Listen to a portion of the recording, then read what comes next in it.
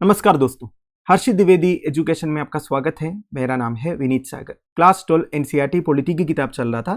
Chapter 6 शुरू करेंगे, international organisations. तो अब तक हमने क्लास 12 एनसीईआरटी पॉलिटी के 5 चैप्टर्स डिस्कस किए।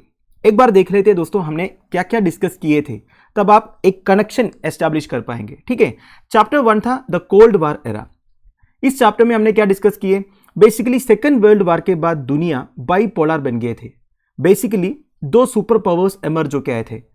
One is United states of America, second is Soviet union या फिर यूएसएसआर। तो 1991 तक यूएसएसआर का या फिर सोवियत यूनियन का डिसइंटीग्रेशन हो जाता है। ठीक है, तो ऑब्वियस सी बात है, जब दो सुपर पावर्स में से एक खत्म होगा तो दूसरा जो सुपर पावर होगा उनका पावर और एनहांस हो जाएगा, है कि नहीं? तो बेसिकली दुनिया बाइपोलर से यूनिपोलर बनता है। यूएसए का डोमिनेंस शुरू हो जाता है पूरी दुनिया के ऊपर। तो थर्ड चैप्टर हमने डिस्कस किए थे उसी के बारे में, US hegemony in world politics. World politics में यूएस की हेगेमनी या फिर डोमिनेंस कैसे एस्टैब्लिश हुआ, किस तरह यूएसए पूरी दुनिया को इन्फ्लुएंस किया। यूएसए की मिलिट्री एक्सपेंडिचर के बारे में हमने डिस्कस किए थे। हमें यह पता चला यूएस का जो मिलिट्री एक्सपेंडिचर है वो करीब 600 बिलियन है। दुनिया का टॉप 12 मिलिट्री स्पेंडर्स का मिलिट्री बजट अगर आप एक साथ करोगे तभी यूएसए का जो मिलिट्री एक्सपेंडिचर है उधर तक नहीं आएगा। आज भी यही है दोस्तों। फिर हमने चैप्टर 4 में देखा ऑल्टरनेटिव सेंटर्स ऑफ पावर। देखिए, कोई भी कंट्री की जो हेगेमनी है, डोमिनेंस है, वो ज्यादा देर तक रहने वाला नहीं है। हाँ, 1991 से लेके काफी सालों तक यूएस की हेगेमनी रहा है, पर देखिए उस टाइम पर दूसरे भी सेंटर्स ऑफ पावर एमर्ज होके आया। तो वो सेंटर्स ऑफ पावर के बारे में हम डिस्कस किए चैप्टर 4 में। बेसिकली यूरोपियन यूनियन के बारे में, आसियान के बारे में, चाइना के बारे में, किस तरह चाइना आजकल यूएस को टक्कर दे रहा है। ऐसे बोला जा रहा है कि 2030 तक चाइनीज इकोनॉमी यूएस इकोनॉमी को ओवरटेक करेंगे। तो चाइना का जो इन्फ्लुएंस है उसके बारे में भी हम डिस्कस किए थे। फिर हम पहुंचे chapter 5 contemporary south Asia.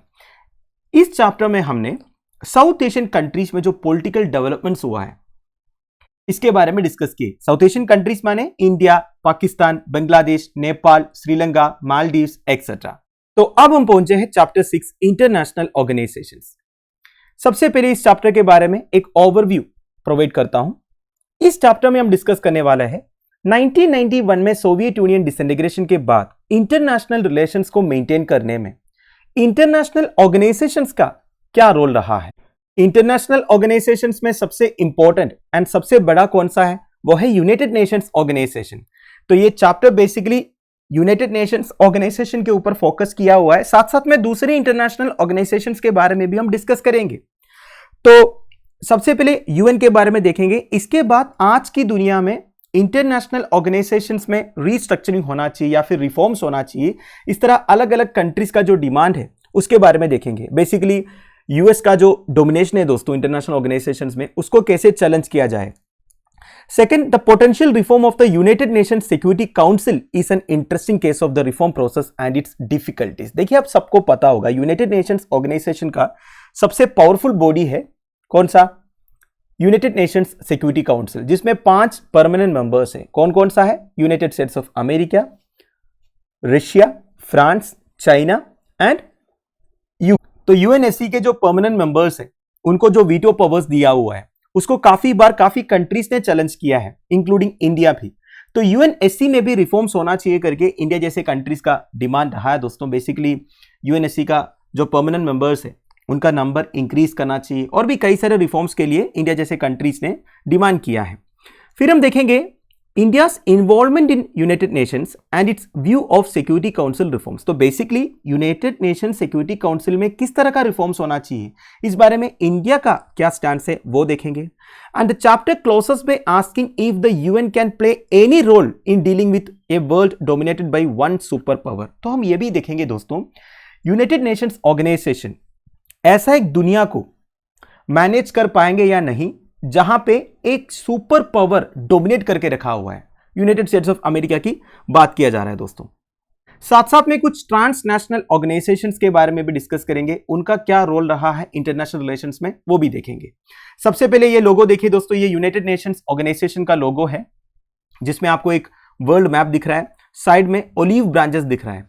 Olive branches मतलब ये ओलिव ट्री का लीफ है, पत्ते हैं। आपको पता है ओलिव ट्री का एक स्पेशलिटी क्या है? देखिए, ओलिव ट्री का मिट्टी के ऊपर जो पोर्शन है ना, वो अगर कंप्लीटली भी डिस्ट्रॉय हो जाएगा, बेसिकली कोई फॉरेस्ट फायर आया या फिर किसी ने काट दिया, तब भी ओलिव ट्रीज का जो रूट्स है ना, जड़, वो फिर से रीजनरेट हो जाता है। तो ये जो स्पेशलिटी है ओलिव ट्री का, इसी वजह से शायद वर्ल्ड मैप के साथ साथ ओलिव ब्रांचेस भी दिया हुआ है, and it is signifying world peace. तो बेसिकली यूनाइटेड नेशंस का जो लोगो है वो क्या सिग्निफाई करता है? World peace. तो शुरुआत करते हैं दोस्तों, Y international organisations. International organisations हमें क्यों चाहिए, इनकी जरूरत क्या है? इधर बेसिकली यूनाइटेड नेशंस ऑर्गेनाइजेशन के बारे में बात हो रही है। सबसे पहले दो कार्टून देखिए दोस्तों। ये जो कार्टून है ये 2006 का कार्टून है, जब इजराइल लेबनान को अटैक किया था। पहले आप लेबनान और इसराइल का लोकेशन देखिए। मेडिटेरेनियन सी के किनारे दो कोस्टल कंट्रीज है लेबनान और इसराइल।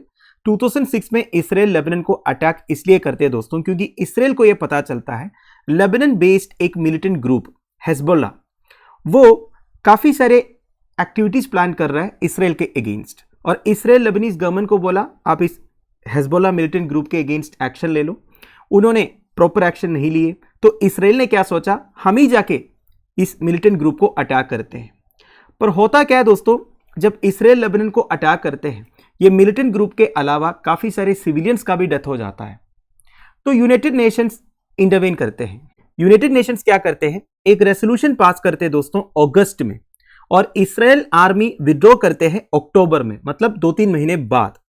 तो बेसिकली इधर क्या दर्शाया जा रहा है दोस्तों, मतलब इसराइल लेबनान को अटैक किया, सिविलियंस का डेथ हुआ, काफी सारे डिस्ट्रक्शंस हुए लेबनान में, इसके बाद यूएन उधर पहुंचते हैं। अगर यूएन का काम है वर्ल्ड पीस को मेंटेन करना, तो ये सब कुछ खत्म होने के बाद पहुंचने से क्या फायदा है? ऊपर से यूनाइटेड नेशंस रेजोल्यूशन अगस्त में पास होने के बावजूद अक्टूबर में इसराइल आर्मी उधर से विड्रॉ करते हैं। तो बेसिकली इधर यूनाइटेड नेशंस का एक इनफेक्टिवनेस के बारे में बताया जा रहा है। ये जो दूसरा कार्टून है इसमें है कोफी अन्नन। 2006 में यूनाइटेड नेशंस के सेक्रेटरी जनरल थे कोफी अन्नन। अब देखिए कोफी अन्नन भी ज्यादा कुछ कर नहीं पा रहा है दोस्तों, क्योंकि उनका पावर भी लिमिटेड है, चारों तरफ से उन्हें भी घेरा हुआ है। तो कुल मिला के आपको क्या समझ में आ गया? यूनाइटेड नेशंस ऑर्गेनाइजेशन का इनफेक्टिवनेस के बारे में समझ में आ गया। काफी बार यूनाइटेड नेशंस के अगेंस्ट एक क्रिटिसिज्म रहता है दोस्तों, मतलब सब कुछ होने के बाद यूएन उधर पहुंच जाते हैं करके। But at the same time हमें यह भी समझना है दोस्तों, UN is generally regarded as the most important international organisation in today's world. मतलब यूनाइटेड नेशंस रहने से ज्यादा फायदा नहीं हो रहा होगा, फिर भी यूनाइटेड नेशंस ऑर्गेनाइजेशन के ऊपर काफी लोगों का होप है। कम से कम एक इंटरनेशनल ऑर्गेनाइजेशन तो है जहां पे सारे कंट्रीज जाके बात तो कर सकते हैं। अब उनसे कुछ हो पा रहा है नहीं हो पा रहा है वो अलग बात है। So in the eyes of many people all over the world it is indispensable and represents the great hope of humanity for peace and progress. तो बेसिकली कई सारे लोग यही सोचते हैं दोस्तों, यूनाइटेड नेशंस ऑर्गेनाइजेशन हमें एक आशा देते हैं, होप देते हैं कि पीस एंड प्रोग्रेस होगा, आगे ह्यूमैनिटी को कंसिडर किया जाएगा। तो यूनाइटेड नेशंस जैसे ऑर्गेनाइजेशंस हमें क्यों चाहिए, इसके बारे में दो पर्सनालिटीज ने बड़े अच्छे स्टेटमेंट्स दिया है। एक है डैग हैमरस्कोट जो यूएन का सेकंड सेक्रेटरी जनरल थे। दूसरा है हमारे शशि थरूर साहब का। अब सबको पता होगा Shashi Tharoor former UN under secretary general थे for communications and public information. तो इनका क्या कहना है दोस्तों यूएन के बारे में? तो डैग हैमरस्कोट का कहना यह है, the United Nations was not created to take humanity to heaven but to save it from hell. मतलब यूनाइटेड नेशंस ह्यूमैनिटी को स्वर्ग तो नहीं लेके जाएंगे, पर कम से कम नरक से तो बचाएंगे। जैसे कि हम डेमोक्रेसी के बारे में बोलते हैं ना दोस्तों, अब देखिए democracy the best governance system तो नहीं बोल सकता, पर कम से कम दूसरे जो गवर्नेंस सिस्टम है, स्टाइल है, उसे तो अच्छा है डेमोक्रेसी। डेमोक्रेसी हमें एक होप देता है। इस तरह यूनाइटेड नेशंस कंप्लीटली परफेक्ट आप नहीं बोल सकते, सारे जो जियोपॉलिटिकल प्रॉब्लम्स है उसे यूनाइटेड नेशंस सॉल्व तो नहीं कर पाएंगे, पर काफी सारे प्रॉब्लम्स को यूनाइटेड नेशंस सॉल्व कर भी रहा है। कम से कम यूनाइटेड नेशंस जैसा एक इंटरनेशनल ऑर्गेनाइजेशन हमको एक आशा देते हैं, होप देते हैं, इतना बुरा भी नहीं होने देंगे। अच्छा कहा है। अगला है शशि थरूर साहब। शशि थरूर साहब के बारे में तो आपको मालूम ही है दोस्तों, बड़े अच्छे बोलते हैं वो। तो इन्होंने बोला है यूनाइटेड नेशंस को टॉकिंग शॉप। टॉकिंग शॉप माने बातों की दुकान। देखिए आप सबको पता है ना, यूनाइटेड नेशंस में बातें बहुत होती है, स्पेशली जब annual sessions of general assembly वगैरह होता है, तो अलग अलग कंट्रीज के जो रिप्रेजेंटेटिव्स हैं वो स्पीचेस देते हैं, काफ़ी सारे मीटिंग्स होते हैं। तो शशि थरूर साहब का कहना यह है दोस्तों, आज चर्चिल पुट इट, जो इज बेटर देन वार। देखिए, वार से तो अच्छा है कम से कम बातें हो रही है, एक कंट्री दूसरे कंट्री को क्रिटिसाइज करते हैं, दूसरे कंट्री तीसरे कंट्री को क्रिटिसाइज करते हैं, ठीक है क्रिटिसाइज करते रहो, कम से कम वार तो नहीं हो रहा ना। तो वार से बेहतर है ये जो बातें हो रही है, एक कंट्री दूसरे कंट्री को अगर क्रिटिसाइज कर रहा है तो करने दो, अगर बात करके मीटिंग्स अटेंड करके प्रॉब्लम्स सॉल्व हो रहा है तो अच्छा है ना। वैसे काफी सारे प्रॉब्लम्स यूएन के माध्यम से सॉल्व हुआ भी है। तो ये दोनों पर्सनालिटीज ने जो बोला यूएन के बारे में, दोनों ये एक्सेप्ट कर रहा है कि यूएन इतना भी इफेक्टिव नहीं है। Eight the same time UN थोड़ा बहुत इफेक्टिव भी है, यूएन के ऊपर हमारा होप्स है, ये भी दोनों पर्सनालिटीज बोल रहे हैं। So this two quotes suggest something important, international organisations are not the answer to everything. अब सबके लिए जवाब नहीं है दोस्तों international organisations, but they are important.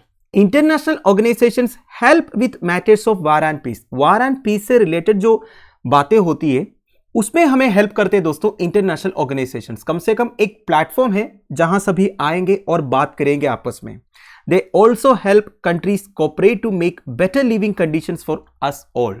तो देखिए आखिर हम क्या चाहते हैं दोस्तों, सबके लिए बेटर लिविंग कंडीशंस हो, वर्ल्ड में पीस हो। तो ये सब इंश्योर करने के लिए कम से कम एक कोशिश तो हो रहा है यूनाइटेड नेशंस ऑर्गेनाइजेशंस में, ऑर्गेनाइजेशन। तो कंट्रीज के बीच में कॉन्फ्लिक्ट्स होगा, डिफरेंसेस होगा, ये कोई नई बात नहीं है, पर इसका मतलब ये नहीं है कि वो सीधा सीधा वार के लिए निकलेंगे। इसे तो दोनों तरफ डिस्ट्रक्शंस होगा। एट द सेम टाइम आपस में बात कर सकते हैं, कंटेंशियस इश्यूज जितने हैं उसके ऊपर डिस्कशंस हो सकते हैं और पीसफुल सॉल्यूशंस भी हम फाइंड कर सकते हैं, है कि नहीं। Indeed, even though this is rarely noticed, most conflicts and differences are resolved without going to war. Now, this is very important. जो वार हो रहा है, जो डिस्ट्रक्शंस हो रहा है, उसके बारे में हमें पता है, पर ऐसे कई सारे इश्यूज है दोस्तों काफी सारे कंट्रीज के बीच में जो बात करके सुलझाया गया है, और ऐसे केसेस में मीडिएट करने में यूनाइटेड नेशंस ऑर्गेनाइजेशन का रोल भी रहा है, ठीक है।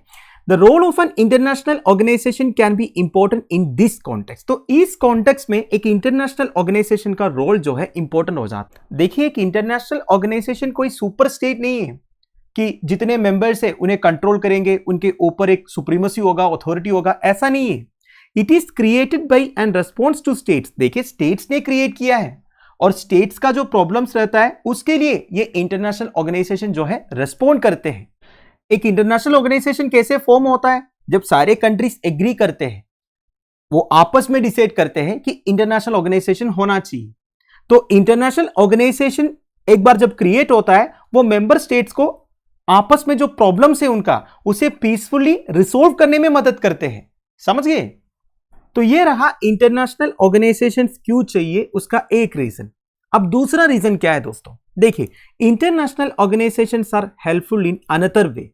Nations can usually see that there are some things they must do together. अब देखिए कंट्रीज के बीच में कॉन्फ्लिक्ट्स होगा, डिफरेंसेस होगा, और ये प्रॉब्लम्स को बात करके सुलझाया जा सकता है यूनाइटेड नेशंस ऑर्गेनाइजेशन जैसे प्लेटफॉर्म के थ्रू। वो हो गया एक बात। अब देखिए ऐसे कई सारे इश्यूज है दोस्तों दुनिया में, जिसे अगर सोल्व करना है तो कंट्रीज को आपस में कोऑपरेट करना पड़ेगा, ठीक है।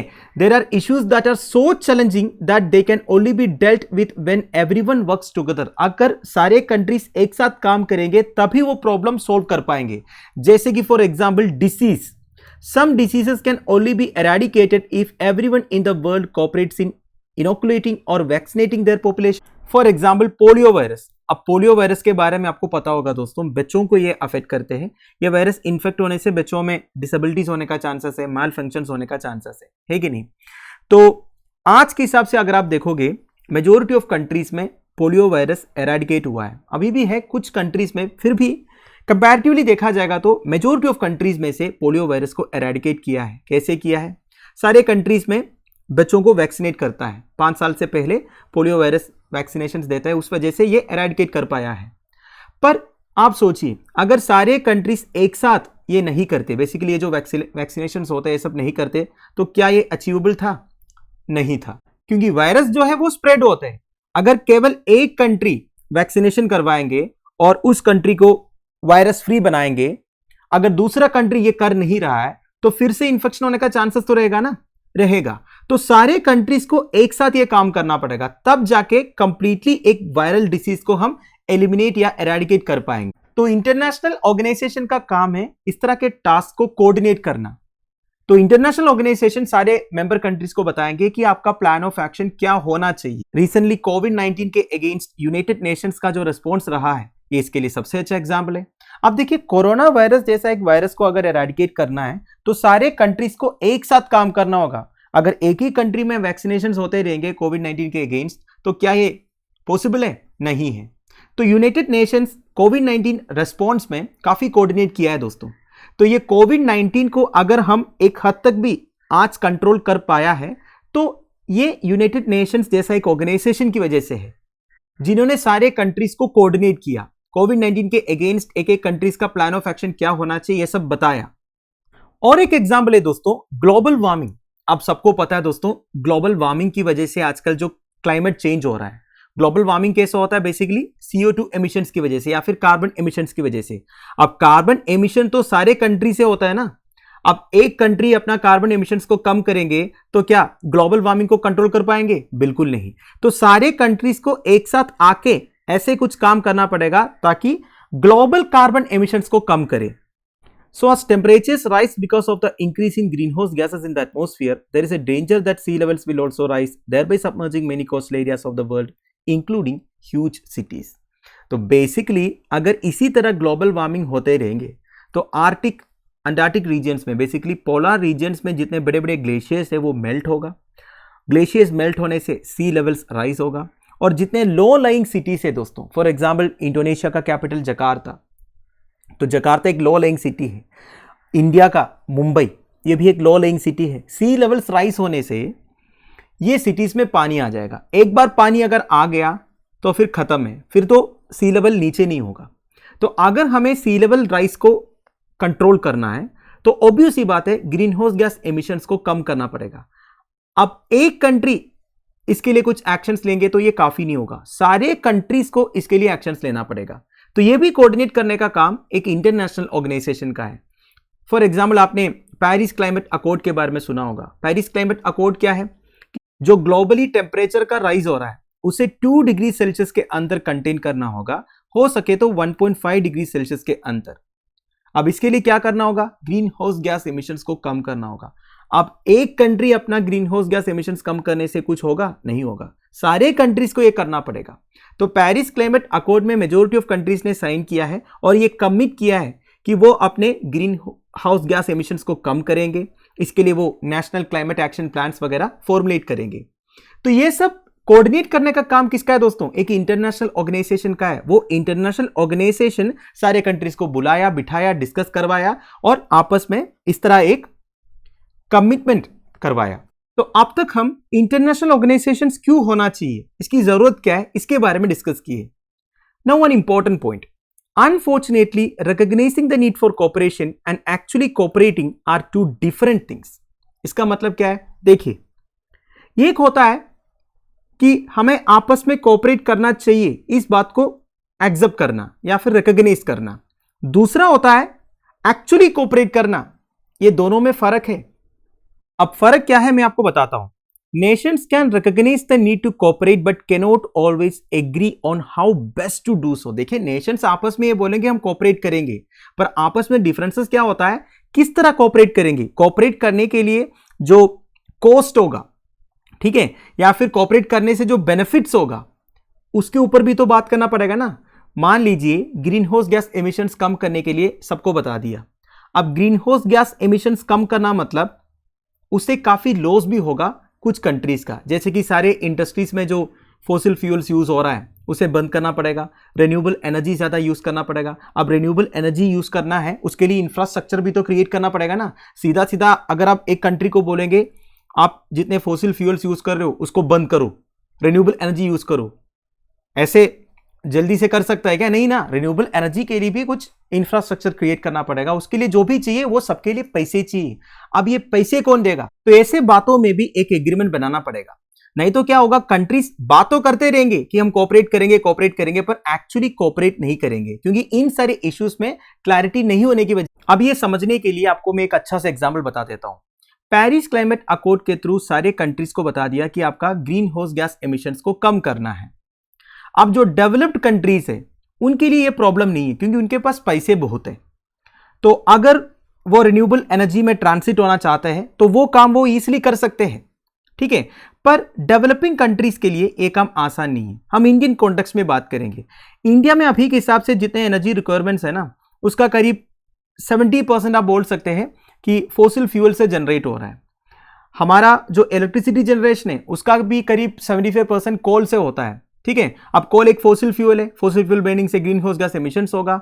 अगर आप इंडिया को बताओगे आपको कोल यूज नहीं करना है, रिन्यूएबल एनर्जी से इलेक्ट्रिसिटी जनरेट करना है, तो क्या ये इजीली पॉसिबल है? उसके लिए अलग अलग इंफ्रास्ट्रक्चर क्रिएट करना पड़ेगा, जैसे कि विंड मिल्स क्रिएट करना पड़ेगा, सोलर पैनल्स इंस्टॉल करना पड़ेगा। इस सब के लिए तो पैसे चाहिए ना। तो ये केवल इंडिया का हाल नहीं है, जितने भी डेवलपिंग कंट्रीज है या फिर जो लीस्ट डेवलप्ड नेशन है उन सबका हाल है। अब डेवलप्ड कंट्रीज ने तो बता दिया ग्रीन हाउस गैस एमिशंस हमें कम करना है, ग्लोबल वार्मिंग हमें कम करना है, तो सारे कंट्रीज सीधा रिन्यूएबल एनर्जी में ट्रांसिट हो जाओ, तो ये पॉसिबल नहीं। तो इसलिए पेरिस क्लाइमेट अकॉर्ड के टाइम पर सारे डेवलप्ड कंट्रीज को यह बताया गया कि आपको पैसे देने होगा डेवलपिंग कंट्रीज को, और जो लीस्ट डेवलप्ड कंट्रीज है उन्हें, अगर ग्रीन हाउस गैस एमिशंस को कम करना है। ऐसे इसलिए बताया गया क्योंकि आज दुनिया में majority of developing and least developed countries है वो एक टाइम पर कॉलोनाइज्ड कंट्री थे। आज दुनिया में जितने डेवलप्ड कंट्रीज है ना, वो इन कंट्रीज को कॉलोनी बना के रखा हुआ था। उसी वजह से इन कंट्रीज का डेवलपमेंट ठीक से नहीं हो पाया। तो ऑब्वियसली डेवलप्ड कंट्रीज को, developing countries and least developed countries को मदद करना चाहिए। वैसे देखा जाएगा तो करीब 100 बिलियन की बात हुई थी कि डेवलप्ड कंट्रीज को बाकी कंट्रीज को देना है करके, पर अभी तक उन्होंने पूरे पैसे दिए नहीं है। अभी जो COP 27 एडिशन हो रहा है उसमें भी ये सब बातें चल रही है कि डेवलप्ड कंट्रीज ने बोला था पैसे देंगे, पर अभी तक उन्होंने पैसे दिया नहीं। तो यही मैंने बोला दोस्तों कि recognising the need for cooperation and actually cooperating are two different things. सारे कंट्रीज ने मिलकर ये तो डिसाइड किया कि आपस में हम कोऑपरेट करके एक गोल को अचीव करेंगे, पर एक्चुअली कोऑपरेट हो रहा है? नहीं हो रहा है। तो एक इंटरनेशनल ऑर्गेनाइजेशन क्या कर सकते हैं? They can help produce information and ideas about how to cooperate. तो कैसे कोऑपरेट करना चाहिए इसके बारे में इंफॉर्मेशन एंड आइडियाज प्रोड्यूस कर सकते हैं एक इंटरनेशनल ऑर्गेनाइजेशन, ताकि दोनों साइड में ज्यादा नुकसान ना हो, किसी एक को ज्यादा फायदा ना हो, ये सब इंश्योर करने के लिए, ठीक है। It can provide mechanisms, rules and have a bureaucracy to help members have more confidence that cost will be shared properly. तो बेसिकली ये इंटरनेशनल ऑर्गेनाइजेशन का काम है मैकेनिज्म्स प्रोवाइड करना, रूल्स प्रोवाइड करना, ठीक है, ताकि मेंबर्स का कॉन्फिडेंस बिल्डअप हो जाए और कॉस्ट जो है ये प्रॉपर तरीके से शेयर होगा आपस में। तो कुल मिला के इंटरनेशनल ऑर्गेनाइजेशन को एक चीज इंश्योर करना पड़ेगा कि एक बार एक मेंबर कंट्री एक एग्रीमेंट साइन करते हैं, उसे प्रॉपर तरीके से वो फॉलो कर रहा है या नहीं, ठीक। तो आई होप आपको समझ में आ गया होगा इंटरनेशनल ऑर्गेनाइजेशन क्यों होना चाहिए, उसका अलग अलग एस्पेक्ट्स हमने देखा। तो अगले वीडियो में हम डिस्कस करेंगे दोस्तों यूनाइटेड नेशंस का एवोल्यूशन के बारे में। Till then bye bye, have a nice day.